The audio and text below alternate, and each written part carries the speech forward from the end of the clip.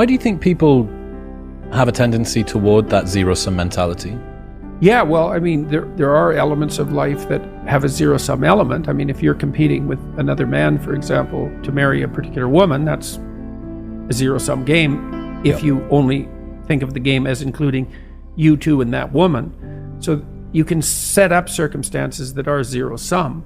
But to take that metaphor of zero-sum game, where there has to be winners and losers because there's a finite number of resources, is to assume that the rules of that game are the rules that govern the set of all games.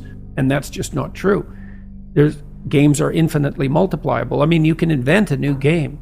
People do that all the time. The man who invented Catan, which is a game I really like to play, it's a very popular board game. That didn't exist until he invented it. Now, thousands and thousands of people play it, and he made a fortune from it. It's like that game never existed. So there doesn't seem to be any limit to the number of games we can invent. And it's a complicated problem because we are on a single planet, and some resources are more zero-sum than others, but we haven't really run into any actual zero-sum limits in terms of our, the probability of us living an abundant life on the planet. We've stewarded some resources very stupidly. We've done a very bad job of managing oceanic production, for example. We have to be smart about our resources, but that doesn't mean they're zero-sum, and certainly doesn't mean the world is a zero-sum game. And that's a Malthusian idea, that population will grow till it consumes all available resources and precipitously collapse. And then why do we think apocalyptically? It's, because things do come to sudden ends. People die, people get fatal illnesses, like the world you so carefully constructed can be blown apart at any moment by a random occurrence, genetic mutation that causes the cancer that kills you. Life has a fundamentally apocalyptic aspect. And we do understand that because we're self-conscious, and then it's very difficult not to apply that kind of apocalyptic reasoning to things as such. The world's going to burn up. The climate's too hot. What about runaway positive feedback loops? Because that's what the climate types are afraid of. It's like, hey, they happen. How do we bind our apocalyptic thinking? That's a good question, man. That's a good question. We do that with the truth.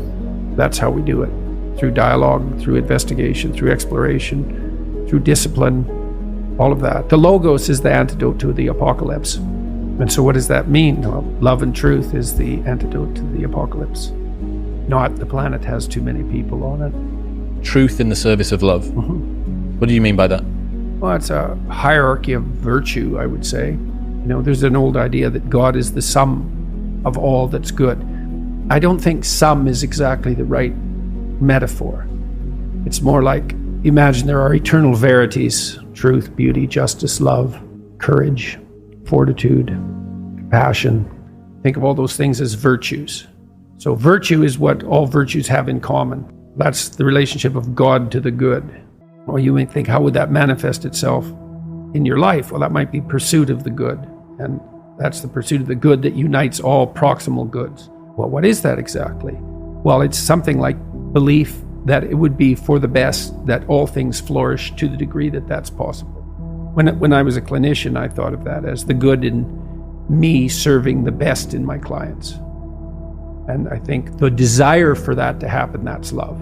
So that's the desire for, you say, well, you take a human, bent, broken, miserable, malevolent, hurt, corrupt, weak, frustrating, disappointing, all of those things that we can lay on ourselves because of our inadequacies. It's like